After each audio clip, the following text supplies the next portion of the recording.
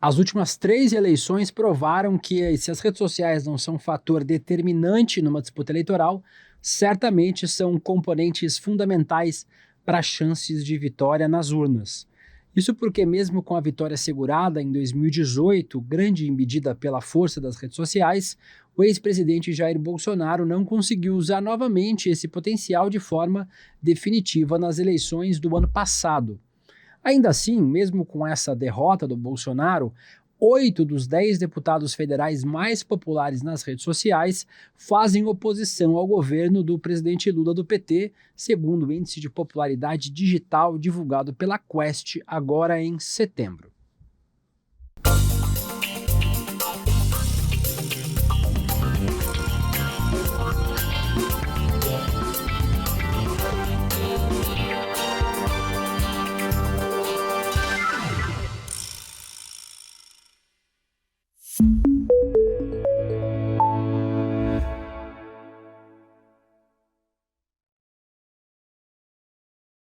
Olá, seja muito bem-vindo e muito bem-vinda. Eu sou o William De Luca, apresentador aqui do Em Detalhes. Este é o videocast que traz todos os dias um convidado para a gente mergulhar em um tema e analisar de forma mais profunda este tema. Hoje a gente vai conversar sobre as disputas nas redes sociais e como o bolsonarismo tem conseguido manter certa hegemonia nas redes, mesmo com a derrota do ex-presidente Jair Bolsonaro. E para isso eu converso com um analista de redes sociais e especialista em monitoramento, Pedro Barciela, um grande parceiro nosso aqui de CL. Pedro, obrigado por ter aceitado o nosso convite. Olá, William, prazer falar com você, com todo mundo que está nos ouvindo, nos acompanhando. Eu que agradeço o convite. Sempre muito bom poder trocar esse tipo de ideia. Pedro, a gente tem observado, mesmo com a derrota do Bolsonaro, que o bolsonarismo continua muito forte nas redes sociais. É correto afirmar que o bolsonarismo ainda é a principal força hegemônica nas redes? É correto sim, William, principalmente pelo cenário, pelo ambiente onde isso ocorre, né? O bolsonarismo, ele é hoje, quando a gente pensa em questões ideológicas, de fato a principal força nas redes sociais. A gente vai ter ainda a composição do antibolsonarismo do outro lado, mas o antibolsonarismo, pela sua composição, pela natureza da sua construção ao longo dos últimos 4 anos, ele tem diversas limitações, dentre elas ser um agrupamento, um cluster ali que não é conectado ideologicamente, são alianças mais fracas. Isso, durante o período eleitoral de 2022, foi de fato um trunfo, tendo em vista na possibilidade de ampliar conexões ali pelas redes sociais, mas, por outro lado, quando a gente pensa num ambiente polarizado de disputa pós-cenário eleitoral, como é o desse de 2023, a força ideológica e de composição e organização do bolsonarismo tende a se destacar, a predominar frente ao antibolsonarismo, que vai passar pelos próximos meses, pelos próximos anos, por contradições e conflitos internos, né, inerentes a qualquer cluster que não seja conectado por questões ideológicas. Mesmo com a derrota nas urnas agora em 2022 do ex-presidente Jair Bolsonaro, a gente teve a eleição de muitos deputados bolsonaristas, né? O PL, o partido do ex-presidente, fez a maioria dos deputados da Câmara dos Deputados, conseguiu eleger uma grande bancada de senadores, elegeu governadores, então o bolsonarismo em si ainda é uma força muito grande nas redes. Eu queria te perguntar, Pedro, sobre a tática, a estratégia. Em 2018, quando o Bolsonaro foi eleito presidente pela primeira vez, havia uma novidade nisso que o bolsonarismo fazia nas redes sociais. A tática do bolsonarismo mudou de 2018 para cá? Continua a mesma? Como é que ela evoluiu nesse período de tempo? Tem diversos aspectos muito importantes para levarmos em consideração aí, William. Um dos pontos, eu acho sempre importante a gente recuperar o que foi o ambiente midiático daquela eleição de 2018. Né? Eu cito sempre a delação, a suposta delação de Palocci, o peso que ela teve, como ela foi divulgada naquele ambiente. Mas é sempre importante também nós recordarmos que ali naquele cenário em 2018 a gente tinha uma construção que também levou anos, que era o antipetismo nas redes sociais. Isso vai remeter a 4, 5 anos antes daquele pleito. Essa construção do antipetismo, ela passou por muitas características de composição que se assemelham ao que hoje é o antibolsonarismo. A gente tinha naquele momento, junto ao antipetismo, forças que eram extremamente liberais, neoliberais, mas a gente também tinha forças ligadas ao exército, aos militares, que defendem outras questões econômicas principalmente. Né? Então, a composição do que foi o antipetismo teve uma força muito forte lá em 2018 para a eleição de Jair Bolsonaro. O que o bolsonarismo faz a partir do momento que assume o poder é ir destruindo essas pontes, né? Passam-se meses ali, Bebiano, por exemplo, que era um dos expoentes dessa força bolsonarista, rompe com o bolsonarismo. A gente vai ter o Santos Cruz também rompendo numa sequência. Logo depois o lavajatismo vai ter rusgas com o bolsonarismo ali no governo federal. Então todo esse processo, ele vai, na verdade, desconstruindo o que era o antipetismo como uma força única nas redes, justamente por não ser também ideologicamente construído, e vai chegar lá no ano de 2022 como apenas o bolsonarismo. O bolsonarismo, a partir daquele momento, ainda que ele emule uma mesma tática, ele não consegue, em tempo hábil, encontrar portas, encontrar conexões para expandir a sua esfera de alcance, né? Então, o que o bolsonarismo vai fazer naquele momento é, ele vai conseguir produzir um volume de conteúdos, de interações, de conexões enorme, assim como ele produzia lá em 2018, mas já sem as possibilidades de conexões e diálogos para além do próprio bolsonarismo que ele tinha lá em 2018. Quem vai ter essa virtude na eleição de 2022 vai ser, sim, o antibolsonarismo ali, também composto por diversas conexões e alianças que são complexas, se não um tanto quanto, digamos, incoerentes, né? Mas isso vai estar composto ali e vai ser a possibilidade que aí sim o antibolsonarismo e não mais o antipetismo vai utilizar para fazer frente ao que era o bolsonarismo. É importante a gente lembrar que em 2018, num período ali do impeachment, a gente também tinha o petismo como uma força grande de redes que tinha alguma capacidade de organização nas redes sociais, aí com blogs, uma outra dinâmica, mas essa polarização entre uma força e a antiforça, ela sempre esteve presente. Pedro, você falou sobre as principais características do bolsonarismo. Como é que você consegue resumir para a gente quais são hoje as principais estratégias desse bolsonarismo nas redes sociais? A força hoje do bolsonarismo segue sendo a sua capacidade de produção de conteúdo, né, William? O bolsonarismo, ele domina e ele entende muito bem a dinâmica, a força e as potencialidades dos algoritmos nas redes sociais. Para isso, ele vai apelar para algumas questões como essa produção insana de conteúdos, esses picos de produção de interações em determinados momentos do dia. Então, esse processo de compreensão segue sendo uma das principais forças do bolsonarismo, além, claro, dessa composição ideológica. Fica muito mais fácil você trabalhar dentro de um agrupamento que está limitado a atores que ali estão por questões ideológicas. Então, o bolsonarismo ele vem desde o ano passado tentando suprir essa inferioridade no número de usuários, digamos, com uma capacidade de produção de conexões muito forte. É muito comum a gente abrir uma timeline do Twitter, do Facebook, do Instagram, do TikTok, ver uma enxurrada de volume de menções, interações e conexões ligadas ao bolsonarismo, mas, de fato, aquilo é muitas vezes produzido por um grupo muito fechado, porém muito coeso, de usuários que estão ali ligados ao bolsonarismo. Então, eles têm ainda essa capacidade. E aqui, quando a gente não tem a possibilidade de explorar o que está sendo debatido, discutido, com o auxílio do monitoramento, muitas vezes a outra frente, a outra força pode derrapar e acreditar que talvez algo que o bolsonarismo propôs e impulsionou seja um ponto de debate ou um ponto de preocupação social nacional, quando na verdade não é. Aquilo foi só uma capacidade assim, muito eficiente do bolsonarismo de tentar pautar o debate público. Essa semana passada, em uma participação sua aqui no ICL Notícias, Pedro, você fazia uma análise de um fio seu no tweet, onde você falava como os bolsonaristas abandonaram os primeiros réus julgados no STF por conta das invasões, depredações, do ato terrorista de 8 de janeiro.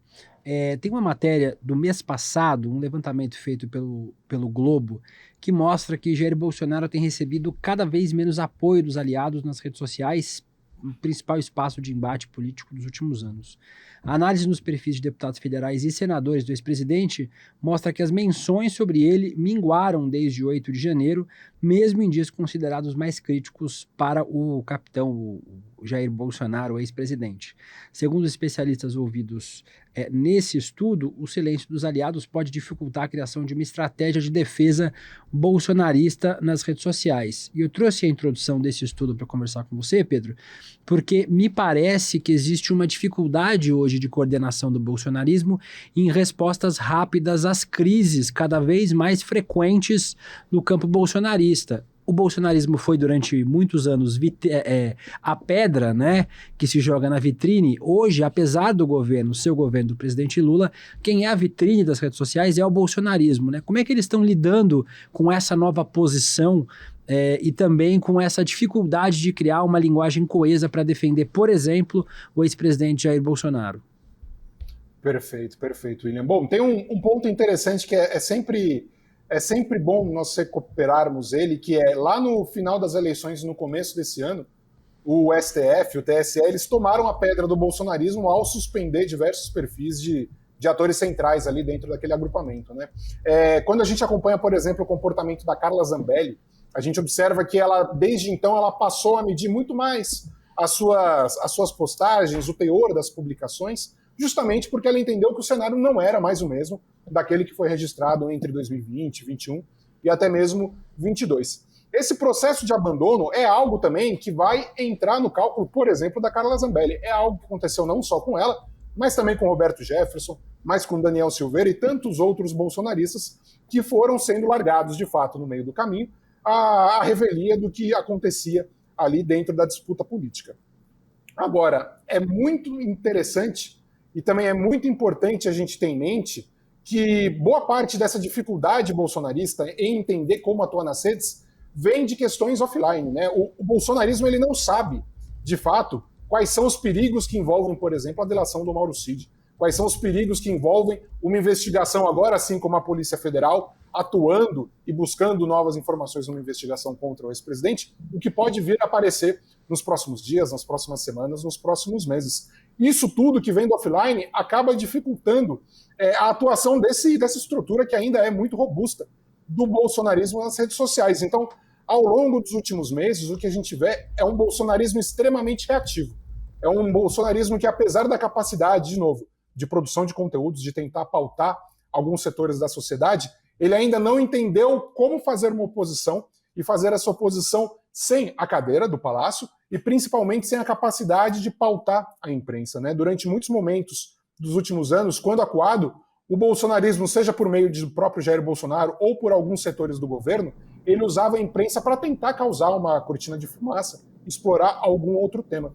Nesse momento, sendo oposição e com o Jair Bolsonaro e diversas outras figuras centrais do bolsonarismo sendo investigadas, eles ainda não encontraram qual é a melhor forma de atuação para poder utilizar uma estrutura e uma força que ainda está presente, como falamos lá no começo, é a principal força ideologicamente conectada nas redes sociais, mas hoje o bolsonarismo ele tem muitas dificuldades porque há meses ele atua de fato de uma maneira reativa, né? O noticiário, que durante tantos anos foi, de certa maneira, um aliado, digamos assim, no sentido de disputar a pauta e o que era debatido nas redes sociais, principalmente sobre política, esse antigo aliado, digamos, ele já não está mais do lado do bolsonarismo, né? Sempre que o bolsonarismo tenta criar uma pauta, vem um novo escândalo, vem uma nova investigação, uma nova revelação, e isso dificulta muito a atuação, porque é, de fato, se a gente pensar na série histórica, uma posição nova para o bolsonarismo enquanto força política, né? Eles crescem e eles se consolidam já quase como governo nas redes sociais, enquanto agrupamento único desvinculado do antipetismo. Então, tudo é novo também para o bolsonarismo. Pedro, você falava agora há pouco sobre a capacidade do bolsonarismo de produzir conteúdo, né? Talvez seja uma das principais características do bolsonarismo enquanto força política nas redes sociais em relação à comunicação. Vários estudos e especialistas questionam a parcialidade dos algoritmos das redes sociais em relação a alguns tipos de conteúdo, em especial políticos, né? Existem várias críticas que esses conteúdos de ódio, conteúdos que não incluem só esse discurso de ódio, mas também o discurso da extrema-direita, acabam viralizando mais. Eu ia te perguntar se isso é verdade, se os algoritmos, pelo menos o que você sabe deles, em especial do Twitter, né, que é a rede social mais fácil de fazer análise desse tipo de movimento algorítmico, né? Se isso é verdade mesmo, se existe um favorecimento a conteúdos de direita e extrema-direita nas redes sociais, ou se o bolsonarismo e a extrema-direita acabam se aproveitando do que eles conhecem desse algoritmo, sabem o que vai viralizar, sabem o que vai ser mais impulsionado por esse algoritmo, ou se são as duas coisas ao mesmo tempo, né? Tem a possibilidade de ser tanto o algoritmo quanto a produção de conteúdo deles. Perfeito, William. É muito, muito legal a gente trazer um ponto que é o algoritmo, ele, em plataformas como Facebook, Twitter, Instagram, TikTok, ele parte de um esconderijo ali, de uma caixa preta né, que é importante principalmente para as plataformas, né, porque por meio dessa caixa-pretização dos algoritmos, eles evitam dar explicações do que está acontecendo, o que é que eles impulsionam e até mesmo tomar a responsabilidade jurídica por muito do que acontece nas redes sociais. Esses algoritmos, em última instância, eles são escritos, eles são compostos por pessoas, né? Eles não surgem por mágica de uma coisa milagrosa envolvendo a tecnologia. Então, por serem fabricados e feitos por pessoas, eles estão sujeitos a questões raciais. Tem diversos pesquisadores que vão estudar muito da questão racial ligada a algoritmos, né? Questões de machismo, questões que envolvem muitos problemas sociais da nossa sociedade. Pensando nisso, a gente tem uma outra frente que é essas redes sociais, essas plataformas vivem da produção de interações, de conexões de dados, né? Eles vão vender esses dados, em última instância, para anúncios, para publicidade, para que eles sejam trabalhados por grandes conglomerados capitalistas. Então, nesse cenário, o que dá para a gente supor e levantar como hipótese é que, de um lado, o bolsonarismo ele é hoje muito mais eficaz em entender os apelos desse algoritmo que quer, a todo custo, prender a atenção das pessoas para que ali elas consigam produzir, realizar interações, conexões, dialogar, debater, se atacar, enfim, causar todo tipo de conteúdo e dados possíveis dentro daquela plataforma, e para isso eles vão utilizar os sentimentos mais extremos, né? Aquilo que de fato prende a atenção. O que a gente vê do lado bolsonarista ao longo dos últimos anos, e não só aqui no Brasil, mas também pensando em outros movimentos de extrema-direita ocidente afora, digamos assim, que é o que eu consigo ter mais acesso e estudar, é uma falta de amarras, talvez, né? Uma questão que não envolve tanto apego de sensibilidade para temas que essa extrema-direita se propõe e se permite usar para conseguir gerar esse tipo de conteúdo, para poder atacar, para poder apelar em busca dessas interações e dessas conexões. Então, de forma resumida, se é que a gente não consegue afirmar que esses algoritmos eles têm uma tendência a explorar conteúdos de extrema-direita, a gente pode dizer que esses algoritmos eles têm sim vícios, assim como a sociedade, assim como aqueles que os constroem, e a extrema-direita demonstra uma aptidão a utilizar de meios muito menos nobres para poder explorar isso do que outros perfis progressistas, de esquerda ou outros atores da sociedade civil.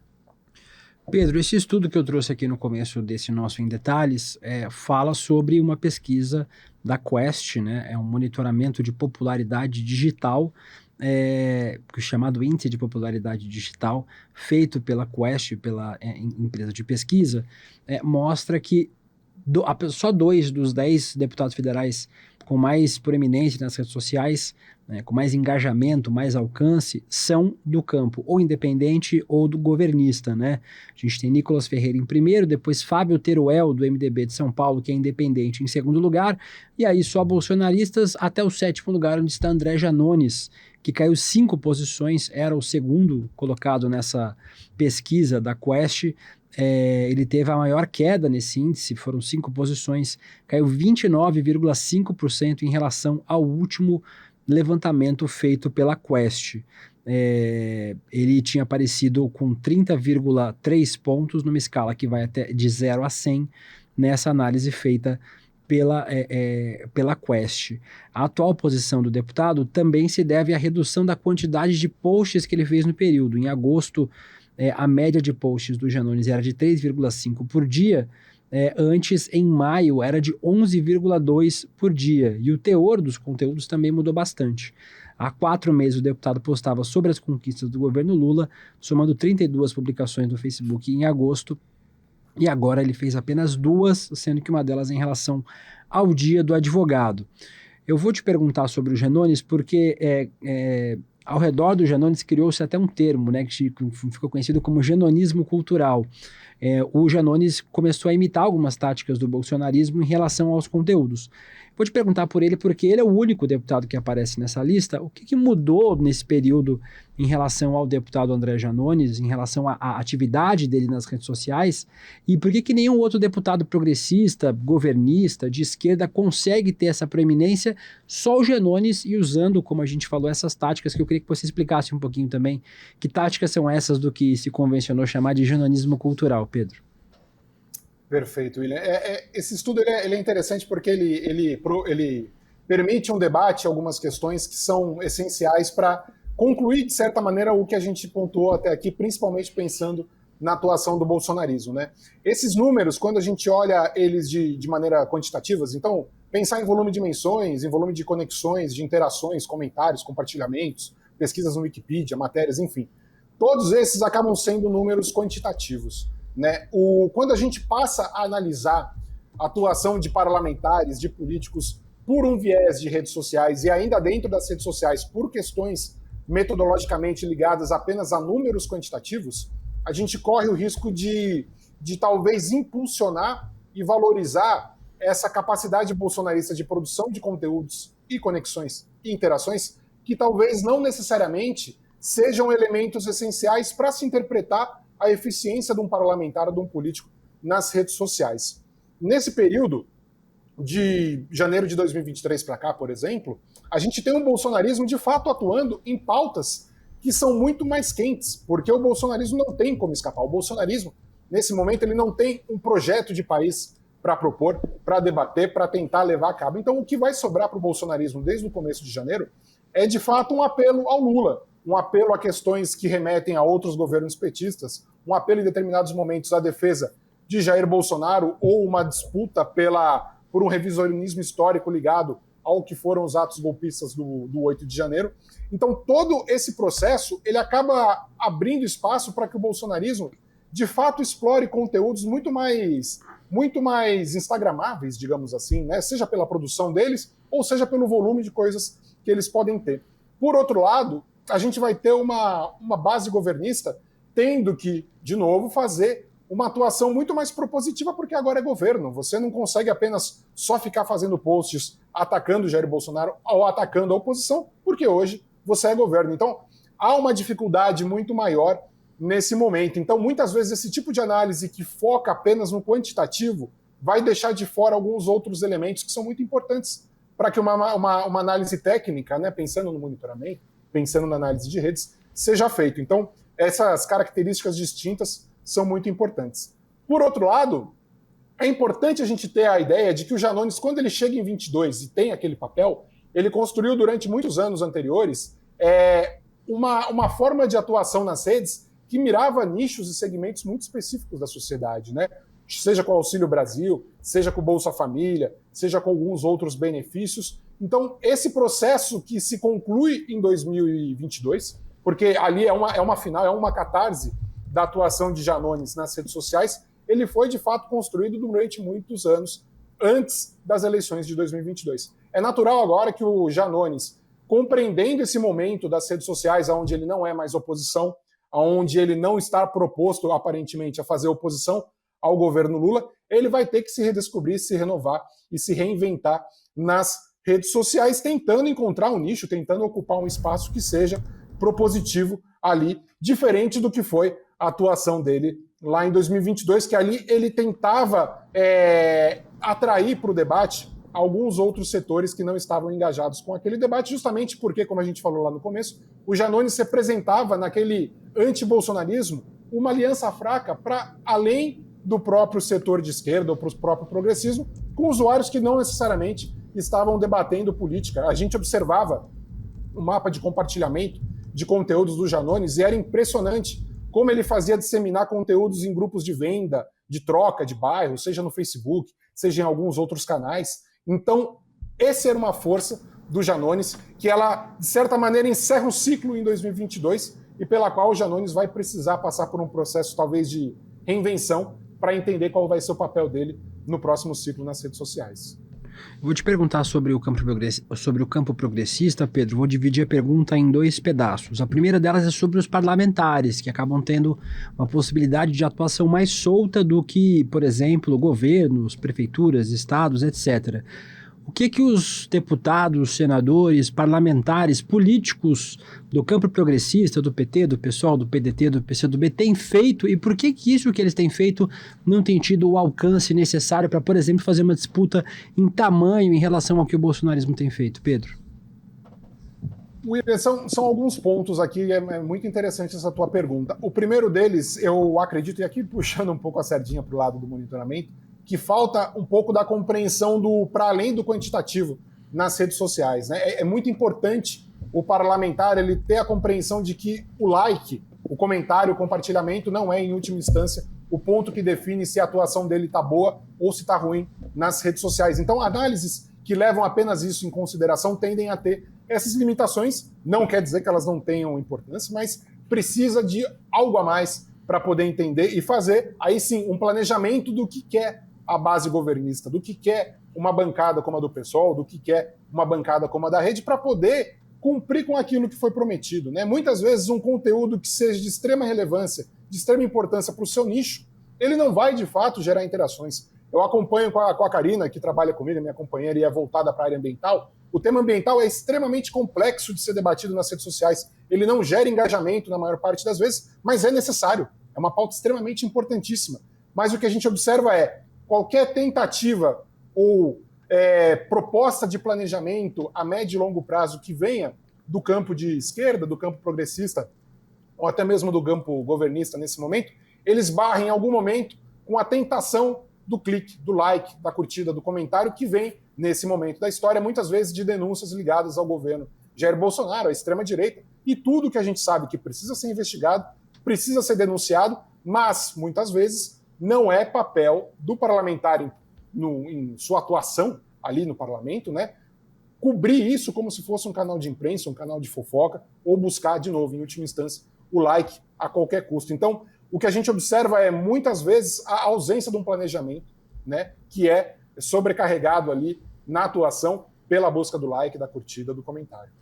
Pedro, a gente está chegando no finzinho do nosso papo. 2 perguntas rapidinhas. A primeira delas, como é que você tem visto os movimentos do governo institucionalmente? O ex-presidente Jair Bolsonaro criou vários instrumentos muito próprios dele, como, por exemplo, a live semanal, o uso do Twitter. Como é que o presidente Lula e o governo, de forma institucional, têm feito uso das redes sociais, mais ou menos tentando com uma relação com o que o governo de Jair Bolsonaro fazia?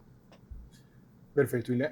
Tem um cenário muito importante que é geracional, talvez, pensando no timing da existência desse governo. O governo Lula, o primeiro, é lá de 2003. Então, essa lógica de redes sociais é, muitas vezes, extremamente conflituosa para um presidente como Lula, né? A compreensão do papel que ela tem, ou encaixar ela nessa dinâmica de governo, é preciso cuidado até para ela não parecer forçada em determinados momentos. A gente vê, ao longo dos últimos meses, um avanço em algumas tentativas. E aqui eu acredito, de fato, que não há uma fórmula única e exclusiva. O presidente Lula, assim como o governo, eles vão ter que tatear e tentar, na base do teste AB, da tentativa e erro, ver o que melhor vai funcionar para que esse campo antibolsonarista, que foi quem colocou o Lula lá nas redes sociais, né, pensando aqui no ambiente das redes sociais, seja atendido, compreendido e possa observar na comunicação do governo online esse processo que não está apenas falando, mas também está ouvindo. Então, eu acredito que vai ser um processo de ajustes, mas, do meu ponto de vista,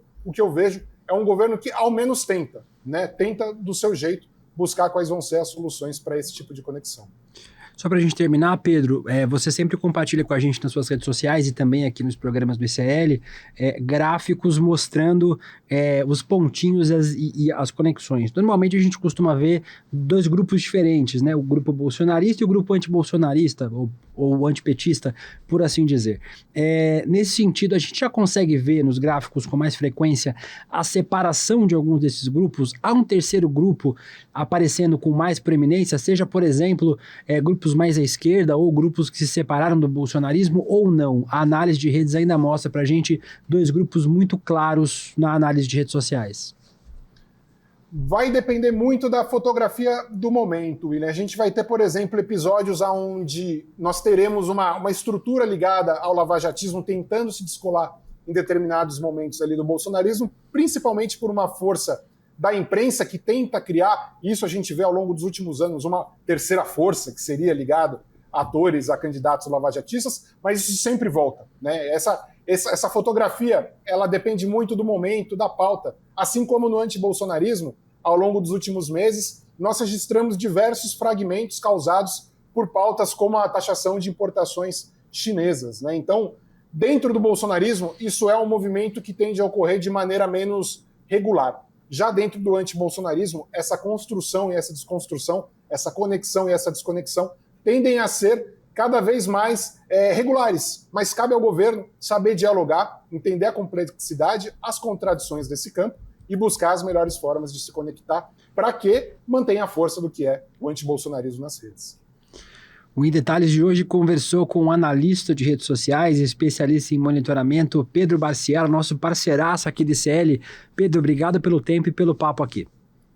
Eu que agradeço a oportunidade, William, fico à disposição, muito bom conversar com você. Valeu, obrigada. O videocast Em Detalhes fica por aqui. O próximo episódio vai ao ar às 10h30 da manhã, aqui no YouTube, por onde você acompanha toda a programação do ICL, sempre de segunda a sexta-feira.